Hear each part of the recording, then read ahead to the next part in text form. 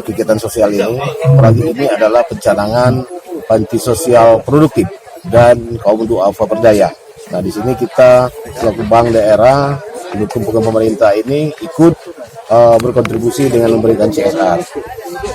Pada kesempatan kali ini kita memberikan berbagai macam bibit, ya, ada bibit ikan, ada bebek, ada bibit tanaman gitu, termasuk di dalamnya ada juga gerobak dagang.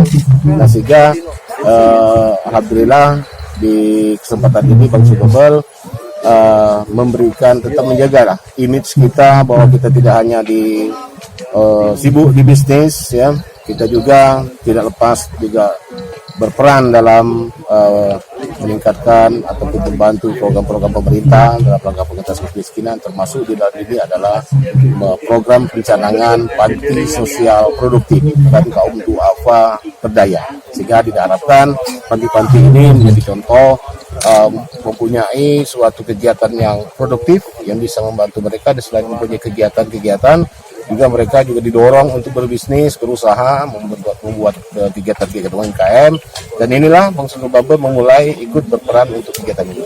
Sekarang itu. Ya. Jangan lupa subscribe, share, komen, dan like ya.